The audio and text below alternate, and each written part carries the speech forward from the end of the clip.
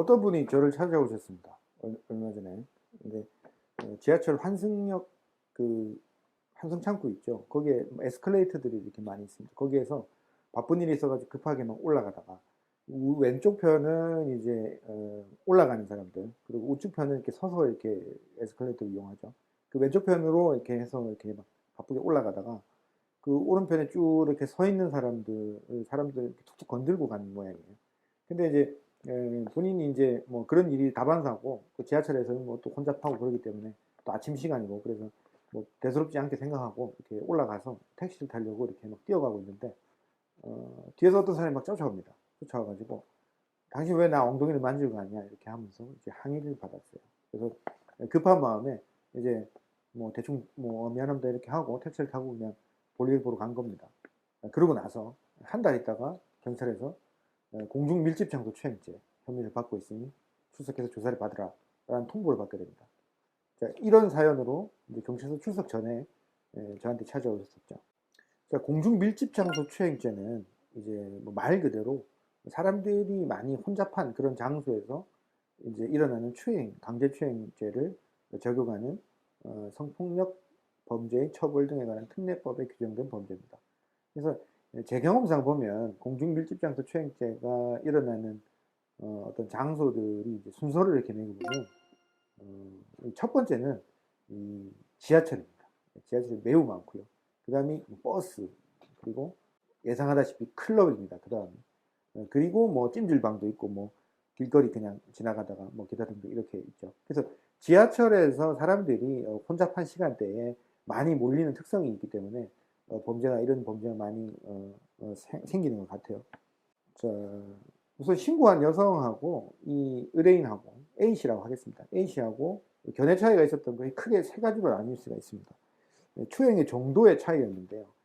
상대방 여성은 이제 엉덩이를 이렇게 만지고 갔다, 만졌다, 이렇게 움켜 잡듯이 이렇게 뭐 정도까지는 아니더라도 이렇게 만지는 듯하게 이렇게 만지고 갔다라고 추행했다라고 주장하고 있고, 상대방은 그냥 스티치 이렇게 툭 건들고 가는 정도였다 이렇게 주장했어요. 일단 거기부터 달랐고, 그 다음에 추행의 고의가 있었는지 여부에 관해서도 의견이 좀 나뉘어졌습니다.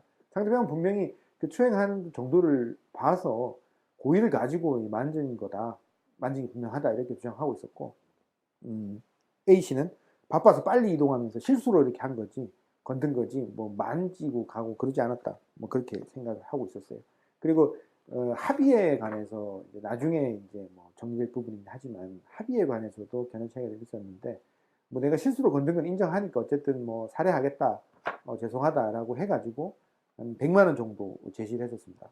A씨는요. 근데 상대방은 합의해주겠다, 다만 무조건적으로 혐의를 인정하고 나에게 700만 원을 달라 이렇게 주장하고 있었죠. 그래서 금액 차이도 많이 나고 결론적으로 뭐 조정은 안 됐습니다만, 이런 세 가지 경우로 이제 뭐 의견 차이가 있었던 상황이었어요.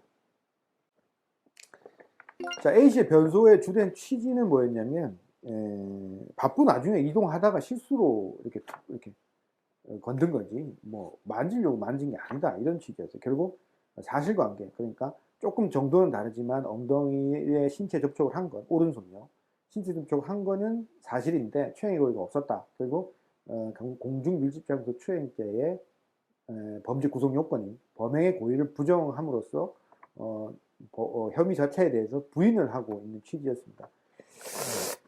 이런 상황에서 어떻게 A씨는 어떻게 주장을 해가지고 대응을 했을까요?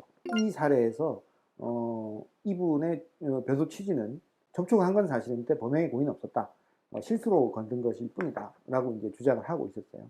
근데 말뿐이죠. 모든 그 범행에 연루가 된 사람들이 순순히 내가 만졌다라고 인정하는 경우는 거의 없습니다. 근데 그러면 뒷받침할 만한 자료가 있어야 되겠죠. 어떻게 주장을 했을까요?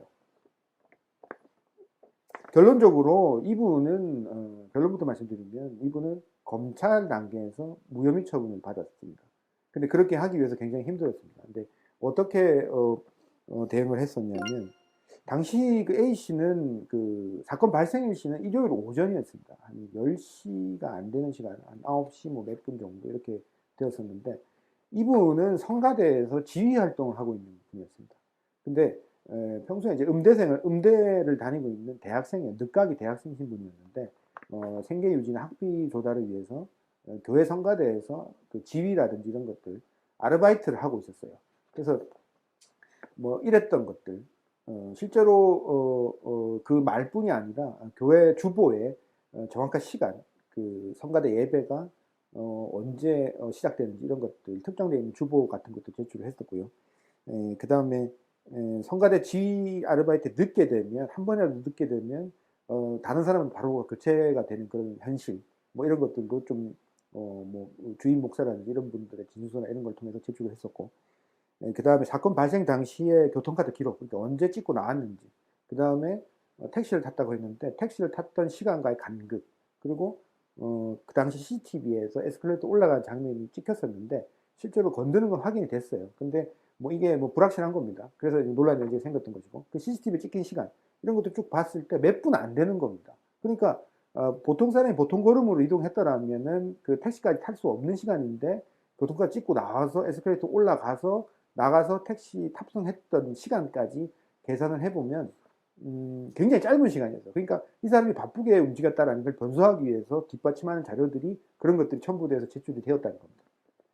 자, 말뿐인 게 아니죠. 그 다음에 상대방은 엉덩이를 만졌다고 주장을 하는데 툭 건드는 거하고 그냥 이렇게 만지는 거하고 이렇게 엄연히 다르죠. 근데 분명히 피해자는 그렇게 주장을 하고 있었던 거예요. 그냥 만졌다고. 근데 이 부분 신빙성을 좀 탄핵을 해야 될 필요가 있었습니다. 그러면 어떤 점들을 통해서 탄핵을 할 수 있었을까요? 피해자는 에스컬레이터에서 신체 접촉이 이루어지고 지금 난 다음에 바로 즉각적으로 항의한 것이 아닙니다. 올라가서 A씨가 올라가서 택시를 잡으려고 뛰어가는 도중을 접촉 이후에 고민하다가 따라와서 이제 항의를 한 거예요. 다소 시간 이제 간극이 있었습니다. 그래서 피해자가 이제 항의를 했을 때 이제 A씨가 바빠서 대충 사과를 하고 넘어갔던 사정이 있습니다. 그러니까 사과를 제대로 하지 않았어요. 그래서 이제 사과를 하지 않고 돌아갔는데 그 자리에서 바로 경찰에 신고한 게 아니라 또 며칠 있다가 또 신고를 했던 겁니다. 그러니까 이제 결론적으로 이런 사정들을 놓고 보니까 이제 상대방 여성은 처음에는 추행이라고 확신하지 못하다가 이 부분에 대해서 확인이나 항의를 하고자 왜 건들고 가냐, 왜 만지고 가냐라고 항의를 했었는데, 따라가서 항의를 했는데 이제 처음에는 긴가민가 했는데 상대방이 하는 태도가 대충 사과하고 부랴부랴 택시 타고 도망가는 듯한 그런 인상을 받았습니다. 그러니까 아, 이건 추행이 맞다라고 생각해서 며칠 동안 고민하다가 신고를 하게 된 거죠. 이런 사정들을 제가 수사기관 통해서 이제 정보들을 이제 알게 되고, 그러한 내용들로 이거는 처음에 피해자는 추행인지 긴가민가 추행인지 아닌지 고민을 하다가 피해자 행동을 보고, 그러니까 A 씨의 행동을 보고 뒤늦게 확신을 하고 신고를 했다라는 취지로 이제 주장을 해서 추행이 아닐 수도 있겠다라는 의심을 수사기관으로 하게끔 했습니다. 그 다음에 이제 피해자가 평소에 덜렁거리는 태도, 맨날 지각을 하고 이랬던 사람들은 주변 사람들의 진술을 통해서 이미 증거들을 확보를 해놓은 상태였고요. 그 다음에 이제 형사조정에서 아까 뭐 형사 합의금 수준이 좀 달랐다고 했는데, 이제 본인이 이제 조정을 하고자 하는 의사를 표시를 할 때 수사기관에 전달했던 내용들은 어떤 거냐면, 형사조정에서 만나가지고 다시 한번 만나서 내가 사과를 하고 싶다. 그때 제대로 사과를 못한 것 같은데 오해를 풀고 싶다는 취지에서 조정을 하겠다라고 한 겁니다. 혐의를 인정하는 경우에 보통 합의나 조정을 하게 되는데 이 경우에는 좀 예외적인 경우였죠. 그리고 이제 그 조정을 하겠다는 의사를 전달할 때 담당 검사님한테도 그런 취지로 조정을 원한다라고 분명히 밝혀두고 조정에 해부를 했습니다. 뭐 그랬던 사정들. 근데 이제 상대방이 완강히 거부하고 너무 좀 다소 과도하죠. 한번 엉덩이 만진 이런 뭐 비슷한 사건에 비해서는 합의금 수준이 요구하는 게 좀 많습니다. 그래서 뭐 그 부분 차이가 있어서 결국 내가 뭐 죄책을 인정할 수 없는데 혐의 무조건적으로 인정하고 700만 원이라는 거액을 배상할 생각은 없다는 생각에서 이제 조정이 안 됐던 사정들, 이런 것들 소명을 해서 사건 입건 이후 6개월여 만에 무혐의 처분을 받을 수 있었습니다.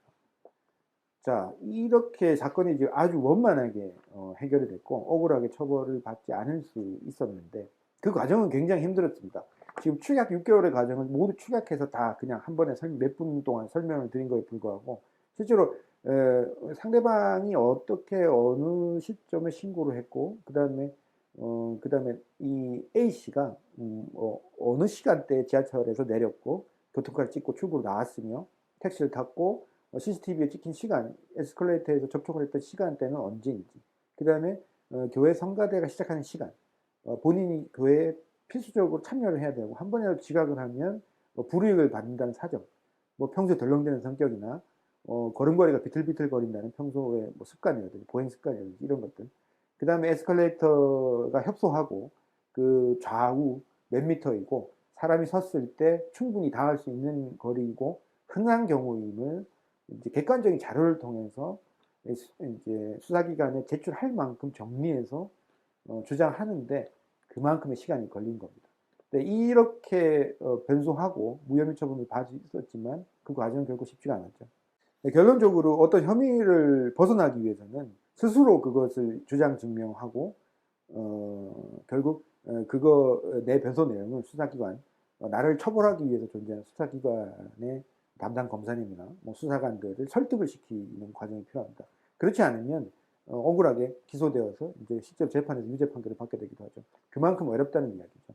그래서 내가 본인이 어떤 혐의점을 받고 있다라고 하면 스스로 해결할 수 있겠다 싶은 것은 어떻게 보면 희망사항에 불과할 수도 있습니다. 그래서 좀 객관적으로 명백하게 내 상황이 어떤 거고 내가 과연 혐의를 부인할 수 있는 상황인지, 부인을 하기 위해서 필요한 자료들은 어떤 게 있는지 이런 것들을 스스로 판단하기는 쉽지가 않습니다. 그래서 그런 부분들에 대해서 변호사 상담이 필요한 거고, 변호사 상담은 변호사 선임을 전제로 하지 않습니다. 그래서 상담만으로도 충분히 도움을 받으실 수가 있겠죠.